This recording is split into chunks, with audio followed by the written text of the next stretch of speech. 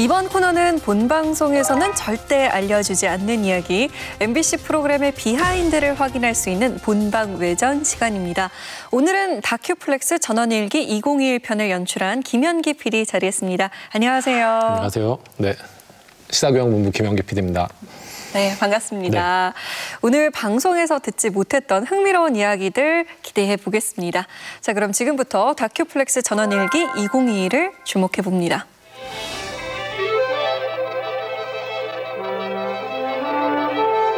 (1980년부터 2002년까지) 총 1,088회에 걸쳐 방송된 국내 최장수 드라마 전원일기가 다큐플렉스 전원일기 2021로 우리 곁에 다시 돌아왔습니다. 전원일기는 가상의 마을 양촌리에서 살아가는 사람들의 이야기를 통해 가족과 고향의 의미를 따뜻하게 전했던 작품이죠. 아, 여기군요. 여기십니까? 그 주역들이 20년 만에 모여 그간 알려지지 않았던 드라마의 뒷이야기들을 전했는데요. 총 4부작으로 제작된 다큐플렉스 전원일기 2021은 김회장네 식구들의 이야기가 중심이 된 1, 2부와 일용인의 식구들의 이야기가 중심이 된 3부, 그리고 젊은 세대와 마을 사람들의 이야기로 구성된 4부로 이뤄져 있습니다. 이제는 말할 수 있는 전원일기의 탄생 배경부터 아주 삼김이 체포되고 그걸로 전단 군부가 이제 집권 프로세스를 쫙 가는 거예요. 옴짝달싹할 수 없는 여건에서 도피하듯 찾아낸 주제가 전원의 삶이었습니다. 최불암 김혜자는 KBS 스카우트 해가지고 부부로 나오는 게 너무나 호흡이 잘 맞아. 최불암 엉금엉금 하고 있고 김혜자 아주 뭐 이렇게 하면 그게 딱딱 맞아. 이런 요소들이 폭발적인 호응을 얻으며 전원일기는 국민 드라마의 반열에 오르게 되는데요. 정말 이 사람 마음을 따뜻하게 하고 정말 눈물도 많이 흘리게 하고. 그 당시에는 60% 시청률이 전 국민이 다 봤다고 보면 돼요. 그 영원할 것 같던 애정과 관심이 조금씩 식어가게 된 건 언제부터였을까요? 저런 엄마 아버지가 있으면 얼마나 좋을까. 그러던 엄마 아버지가 아니에요. 아빠는 맨날 수도가에서 숫돌 갈고 그다음에 난 텐마를 앉아서 왔니 갔니 이런 소리나 하고. 작가 선생님들이 너무 바뀌니까 속상해가지고 야, 네 거 네가 써가지고 와라. 이제 그럴 때 되지 않았냐 막. 몇몇 분은 이미 이제 못하겠다고 빼달라는 사람이 있었어요. 박수할 때 떠날 수 있다면 얼마나 좋을까. 이 장면을 끝으로 전원일기는 22년의 여정을 끝마쳤었죠. 솔직하게 섭섭했죠 뭐. 근데 이걸 이겨내지 못한. 우리도 살아가면서 정말 싫은데 이별하는 거 많잖아요. 그런 생각해요, 저는. 국민 드라마로서의 인기를 거쳐 쇠락까지의 과정, 그리고 그간 어디에서도 공개되지 않았던 배우들의 속마음을 담아내며 그 시절을 기억하는 많은 사람들에게 드라마 그 이상의 감동과 의미를 선사했습니다. 다큐플렉스 전원일기 2021은 그리웠던 양촌리 마을 사람들을 다시 한자리에 모은다는 기획에서부터 주목을 받았는데요. 그리고 이 같은 기대는 시청률로까지 이어졌습니다. 일부 가구 평균 시청률이 6.1%, 다큐플렉스 자체 최고 성적을 기록하면서 큰 화제를 낳았는데요. 김현기 PD, 이런 뜨거운 반응 예상하셨나요? 아니, 뭐 예상 당연히 못했고요. 하신 것 같은데. 아니에요. 그게 왜 그러냐면 이게 다큐가 지금 지상파에서 상당히 고전을 계속 하고 있었거든요. 그래서 저희의 목표 수치가 훨씬 낮았어요. 네. 그런데 이제 생각보다 훨씬 많이 반응이 뜨거워서 저희도 놀라고 한편으로는 좀 다행이라는 생각도 들고 그랬습니다. 다큐멘터리에서도 드러났지만 전원일기에 대한 배우들의 애정이 굉장히 남달라 보였어요. 방송 이후 배우들의 반응이 궁금하네요. 처음에는 사실은 저희가 이제 섭외 연락을 드렸을 때 이걸 괜히 해서 본인들의 소중한 추억이 훼손되는 건 아닐까? 안 하는 것만 못하게 되는 건 아닐까? 그 걱정을 되게 많이 했다 그랬는데 보고 나니 하길 잘했다는 생각이 들었다. 너무 고맙다 이렇게 답이 오셔서 제작진 모두에게 그 문자를 공유하고 다 같이 안도한 기억이 납니다. 네. 네, 다큐플렉스 전원일기 2021 위원들은 어떻게 보셨습니까? 아무래도 이 전원일기가 방송될 때 그 프로그램을 보셨던 중장년층들에게는 향수를 이렇게 좀 불러오는 그런 시간이기도 하고요. 전원일기를 전혀 보지 못했던 젊은 세대들에게도 어떤 시대를 넘어서 공감할 수 있는 그런 메시지들을 이 안에서 찾는 것 같아요. 무엇보다도 그 드라마가 갖고 있었던 이면의 모습들 있죠. 우리 감독도 엄청 많이 바뀌었거든요. 작가도 엄청 많이 바뀌었어요. 바뀔 때마다 그 몸살을 해요. 일관된 이야기의 흐름이 깨지자 캐릭터도 우왕좌왕하기 일쑤였습니다. 김혜자 그 배우가 그런 이야기를 하시잖아요. 그냥 가발 쓰는 것만 큰 일이었어요. 흰 가발. 그건 배우라고 할 수 없었어요. 그래서 너무 속상하고. 직업으로서의 배우들이 갖고 있는 자세는 결국에는 내가 있는 자리에서 어떻게 살 것인가에 대한 문제로 귀결되는 것 같아서 그런 점들을 굉장히 잘 보여준 저는 의미 있는 시간이었습니다. MBC가 드라마 왕국이라고 불렸었는데 그 왕국이라고 불릴 수 있는 어떤 토대를 만들어준 작품이었다라고 생각을 해요. 그렇게 전 국민의 사랑을 받았던 드라마가 어떻게 시대와 교감하지 못하면서 쓸쓸히 퇴장하는가 그 과정까지 다 담아냈다는 면에서 저는 좀 약간 충격을 받았어요. 이 방송을 보면은 이제 시민들의 반응이 나오잖아요. 저는 이게 특이한 게 있으니까요. 딴 거하고 비교가 안 돼요. 소박하고 이렇게 서민적인 면에서 너무 괜찮은 것 같아요. 갑자기 90년대 되니까 그 시대 특유의 어떤 직설 화법으로 너무 많이 미화시킨 점이 좀 눈에 거슬린다고 그래야 되나? 좀 끝났으면 그런 것도 있어요, 솔직히. 그런 모습까지 담아낸 게 사실은 이 다큐의 성과인 것 같아요. 그냥 반가운 프로그램에 추억을 곱씹는 것으로만 끝났으면 좀 아쉬웠을 수도 있을 것 같아요. 그런데 냉정하게 그 한계를 분석하려고 했던 노력이 같이 곁들여져 있었기 때문에 입체적인 각도로 전원일기는 우리에게 무엇이었는가를 좀 되돌아볼 수 있게 해준 접근이었어서 보면서 굉장히 감탄했었습니다. 이런 감상평이 나온 것에 대해서 어떻게 생각하시나요? 네, 뭐 과찬해 주셔서 너무 고마운 마음이고, 그리고 애초에 이 작품을 기획했을 때 어떤 다큐적 메시지가 있는 프로그램으로 나아갔으면 좋겠다라는 논의들이 있어서요. 저희가 배우분들을 뵐 때 이런 불편한 질문도 드리게 될 거다라고 말씀을 사전에 드렸고, 또 출연자분들께서 그거에 대해서 흔쾌히 이제는 시간이 많이 지났기 때문에 그런 어떤 전원일기의 쇠락과 관련해서도 담담히 이야기를 해주셔서 그런 것들을 좀 반영할 수 있었던 것 같습니다. 자, 그럼 본격적으로 전원일기 2021에 대한 궁금증 풀어나가 보겠습니다. 그동안 김연기 PD는 청춘 다큐 다시 스물 시리즈를 통해서 뉴 논스톱부터 커피 프린스 1호점까지 시청자들의 큰 사랑을 받았던 작품들을 소환해 왔는데요. 이번 전원일기 2021 역시 시리즈의 연장선상에 있다고 볼 수 있습니다. 이전 시즌들과 비교했을 때 어떤 점에 좀 차별점을 두고 제작을 하셨나요? 일단 청춘 다큐 시리즈 같은 경우에는 이제 셀럽들이나 스타들이 자신의 청춘 시절을 돌아보는 컨셉이잖아요. 네. 근데 이게 전원일기 같은 경우는 지금 주요 출연진들이 방송 경력이나 이런 것들이 뭐 거의 뭐 4, 50년 정도 된 분들이 한 20분 이상 포진해 계시다 보니까 제 방송 경력으로 어디 될 수도 없는 이런 분들, 그러니까 제가 뭐만 하나 살짝 하려고 해도 제가 뭐 하려고 그러는구나를 바로 아시는 분들이시다 보니까 그냥 어른들께 가서 전원일기에 관련해서 하시고 싶은 말씀과 만나고 싶은 분들을 그냥 들려주세요. 그대로 진행하겠습니다. 사실 거의 그런 식으로 해서 진행을 했어요. 근데 그분들이 원하시는 대로 가니까 지금 다행히 이렇게 반응이 좋은 결과물이 나오게 된 거라 너무 고마운 마음이고, 제 개인적인 취향이나 욕심을 버리고 묻어간 측면이 있습니다. 위원들은 다큐플렉스 전원일기 2021의 제작 과정에 있어서 어떤 부분들이 좀 궁금하셨나요? 이번에 전원일기를 보면은 훨씬 더 과거와 현재의 어떤 커다란 시차, 거리 여기에 좀 더 주목을 하신 것 같더라고요. 어떤 2021년도의 시점에 좀 더 초점을 맞추신 게 아닌가 싶은데요. 처음에 이렇게 구상하고자 하는 다른 기획 의도가 있으셨던 건지 알고 싶습니다. 전원일기의 전성기라고 하는 시절도 사실은 80년대 중반 후반까지거든요. 회사에서도 주 시청층을 2049로 잡고 있는데 2049에서도 한 30 정도까지는 전원일기를 직접 온에어로 본 적이 없는 세대, 그런 분들을 상대로 전원일기라는 작품을 내놓았을 때 보면 바로 알 수 있게 만들어야 된다라는 논의가 제작진 내부에서 계속 있었고요. 그러다 보니까 조금 더 이분들의 현재를 끌어와서 그 이야기들로 아카이브를 끌어오는 장치를 만드는 거에 좀 더 공을 들였던 것 같습니다. 그리고 이제 그 전원일기에 나온 이제 이제 출연진들이 지금 되게 대한민국을 대표하는 대배우들이 됐잖아요. 그분들이 지금까지 그렇게 활동할 수 있었던 데에는 자기가 전원일기의 김회장이기 때문에 전원일기 어머니로 자기를 기억하는 사람들이 있기 때문에 내가 망가지는 모습을 보이면 안 된다라고 20년 넘게 드라마가 끝나고도 자기 관리를 해오신 측면이 되게 크거든요. 그래서 그런 큰 어른이 있다라는 것들을 좀 일깨워주고 싶었던 측면이 있습니다.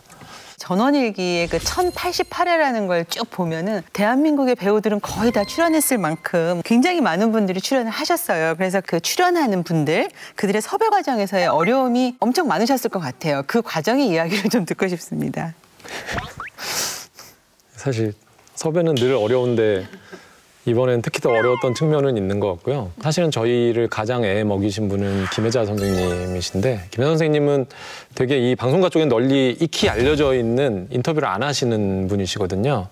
그래서 저희가 연락을 드렸을 때도 뭐 지나간 건 그냥 지나간 대로 둬야지 굳이 자기가 지금 이렇게 나이 들어서 나서고 싶지 않다라고 계속 고사를 해주셨고 근데 이제 문제는 뭐냐면 다른 출연진 분들도 최불암, 김혜자 두 분이 안 나서는데 우리가 먼저 하겠다고 나서기는 사실 되게 어려운 측면이 좀 있거든요. 저희도 그걸 너무 잘 알고 있어서 저희가 어떻게든 김혜자 선생님을 섭외할 테니까 걱정하지 마시고 일단 먼저 촬영을 해주시라고 그것들을 또 설득하는 어려움이 좀 있었고요. 최불암 선생님 촬영으로 시작해서 맨 마지막에 김혜자 선생님을 촬영하는 데까지가 한 5달 정도가 걸렸고 5달 사이에 저희가 인터뷰한 분이 31분 정도 되니까요. 거의 한 일주일에 2분씩 해도 5달 걸리더라고요. 그래서 이제 그런 물리적인 어려움이 좀 있었고요. 그렇다면 계속 5개월 동안 이제 거절을 하시고 해서 극구 사양을 하신 김혜자 씨를 결정적으로 이제 섭외를 하실 수 있었던 어떤 계기 같은 게 있었을 것 같아요. 김정수 작가님께서 저희가 좀 안쓰러워 보이셨는지 자기가 김혜자 선생님한테 전화 한번 해주시겠다고 이제 말씀을 좀 해주셨고 그래서 그 타이밍에 맞춰서 저희 회사에 김혜자 선생님 주소가 남아 있습니다. 그 김혜자 선생님이 얼마 전에 무슨 박원숙 선생님이랑 친하셔서 거기서 이제 김혜자 선생님 댁을 찾아가는 장면이 나온 적이 있어요. 그 박원숙 선생님이랑 나온 화면에 나온 집이랑 비교해봤더니 담장 모양이 똑같더라고요. 그래서 이 집이구나.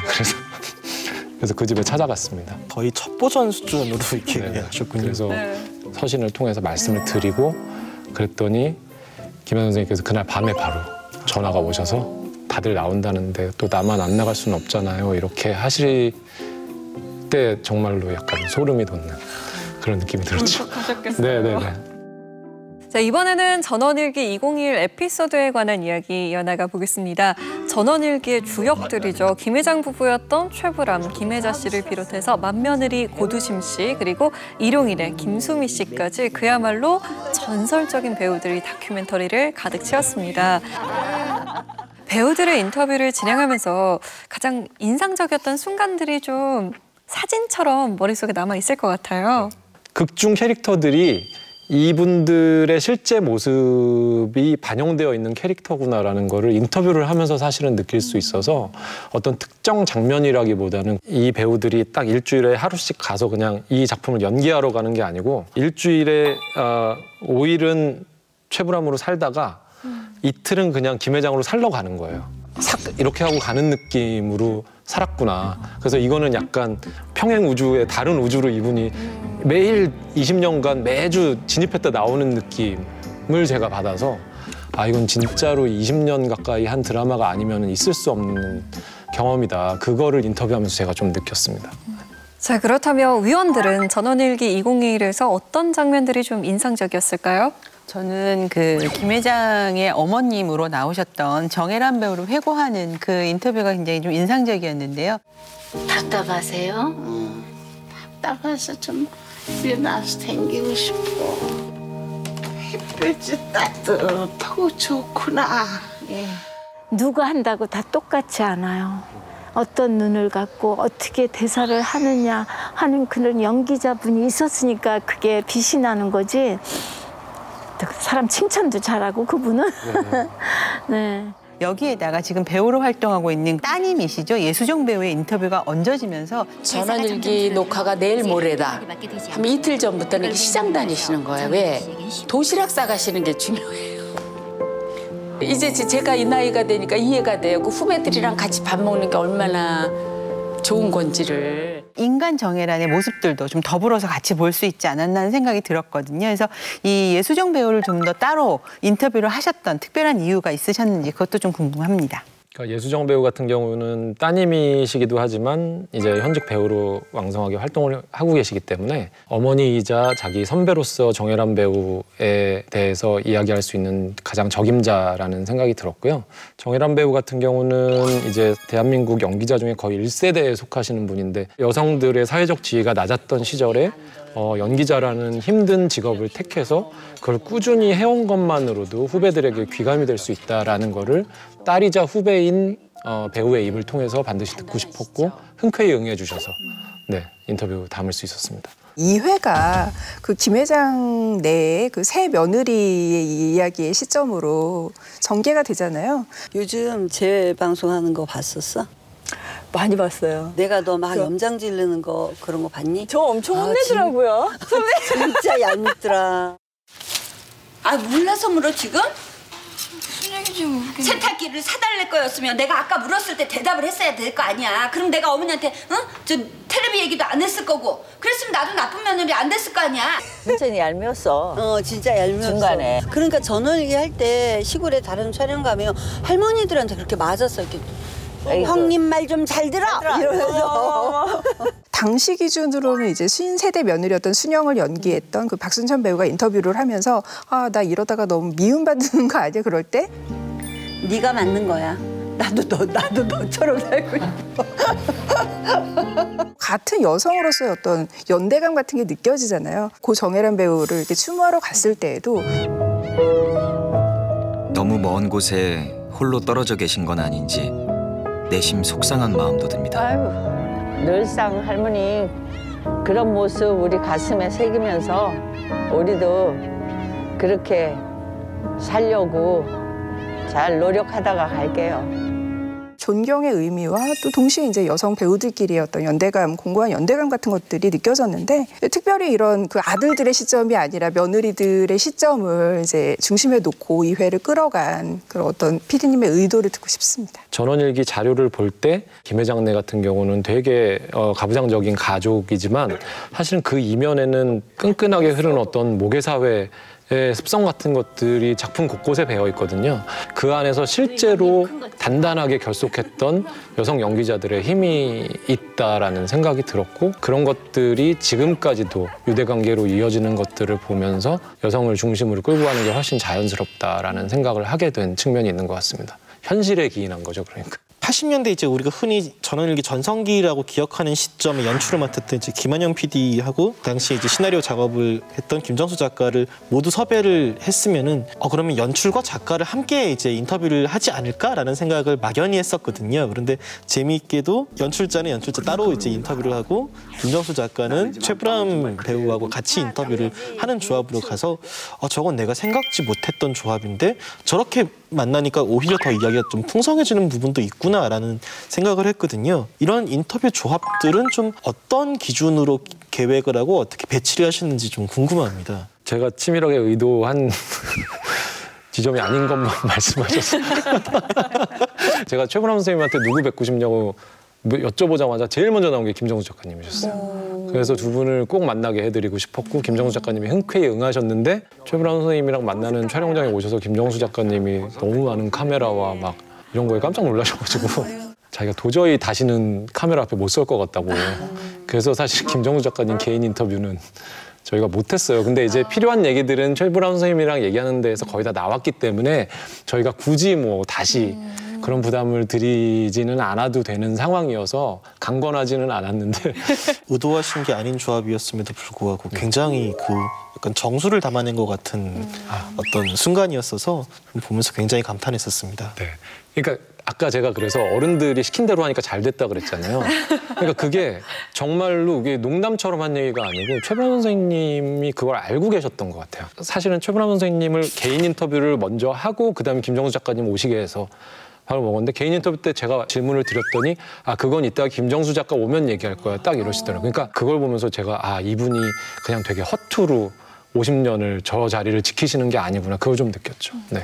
이게 전원일기 굉장히 다양한 형태의 가족이 등장을 하잖아요. 어떻게 보면 애증의 대상이었고 더 애착의 대상이었던 거는 사실 일용인의 가족이었던 것 같아요.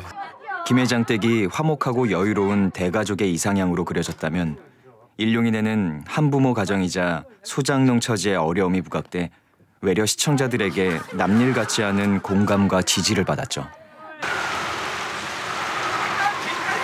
돼지를 키우면 돼지값이 폭락하고 상추를 키우면 하우스에 불이 나고 고추 농사를 지으면 이렇게 폭풍우가 휘몰아치곤 했습니다.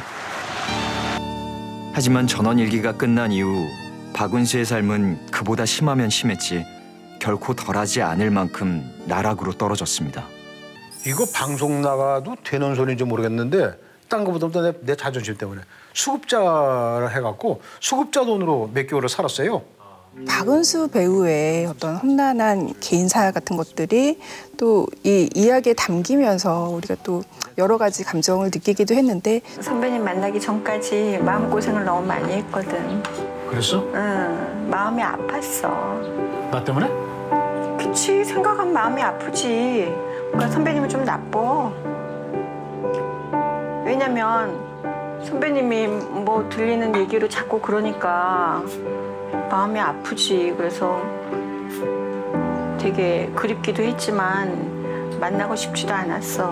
화가 나가지고. 실제로 재회를 하면서 정말 2회 그 훈훈했던 김 회장 내 가족들의 분위기와는 좀 사뭇 다른 분위기가 연출이 됐었잖아요. 일용이네 회차에서 이제 일용이가 일용이 엄마랑 싸우는 장면을 넣었는데 복길이한테 일용 언니가 화투를 가르치고 있는 거예요. 근데 그거를 보기 전에 일용이가 김 회장네 갔다 왔는데 거기서는 붓글씨를 가르치고 있었단 말이에요.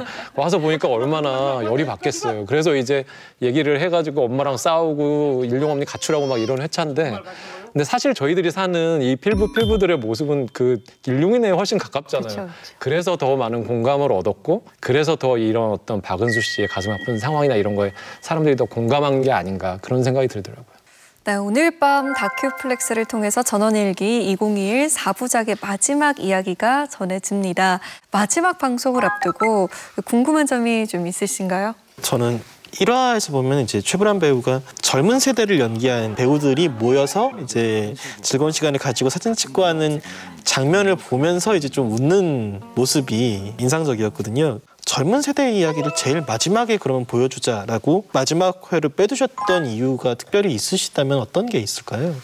일단은 젊은 분들이 모이셨는데 사실은 안 젊으신데 다들 40대가 되셨기 때문에 네네. 그럼에도 불구하고 다른 분들에 비하면 훨씬 젊은 세대들이라서 그런지 이분들이 만난 자리가 정말 유쾌했어요. 언니 역할 이름 뭐야?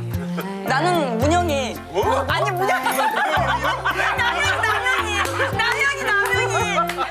더 이상 젊지만은 않은 젊은 세대 이야기. 진짜 뒤풀이 같은 느낌? 그래서 촬영이 끝났는데도 저희 조금 더 있으면 안 되냐고. 아, 계시라고. 그래서 정말로 막 회포를 푸시는 모습을 보면서 아, 요거는 정말로 약간 추억의 만남의 뒤풀이 같은 느낌으로 좀 나중에 써야 되겠다라는 생각이 들었죠. 네. 오늘 마지막 방송 되게 기대되게 말씀해 주시네요.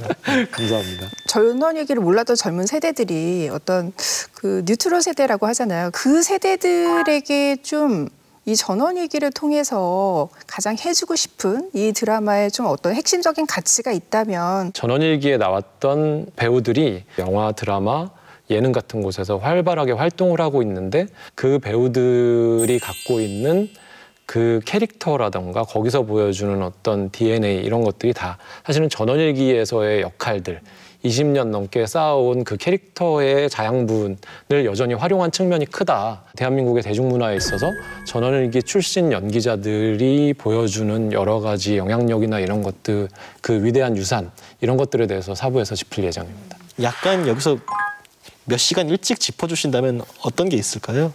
제가 이제 막 자료를 돌려보다가 금동이가 커서 어머니한테 반항하는 거예요. 저한테 그렇게 신경 안 써도 돼요.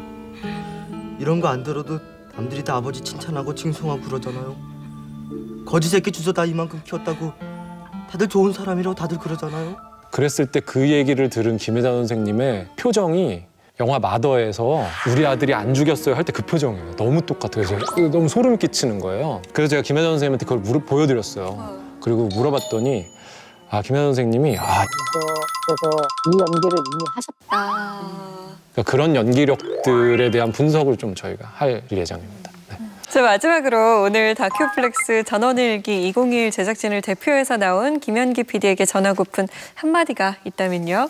박수 칠 때 떠날 수 있었으면 좋았겠지만 그렇지 못했던 시간들을 지금이라도 꼼꼼히 뒤돌아볼 수 있었던 이 전원일기 2021이 저는 이것이 있었기 때문에 전원일기를 그냥 좋은 드라마로 기억하지 않고 우리 모두의 마음의 고향이라고 기억할 수 있지 않나 싶어서 그것에 대해서 한 번 더 감사드리고 싶습니다.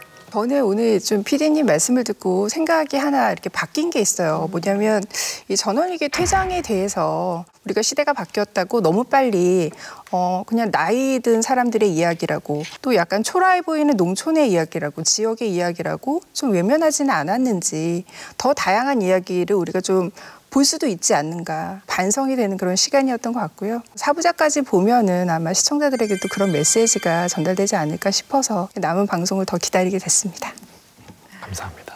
네, 오늘 나와주셔서 정말 감사합니다. 네, 감사합니다. 감사합니다. 당시 시청자들에겐 추억을, 요즘 젊은 층에겐 새로운 시절을 선물해준 다큐플렉스 전원일기 2021. 이처럼 지난 우리의 삶을 되돌아보고 과거와 현 세대를 잇는 의미 있는 다큐멘터리 많이 만나볼 수 있기를 바랍니다.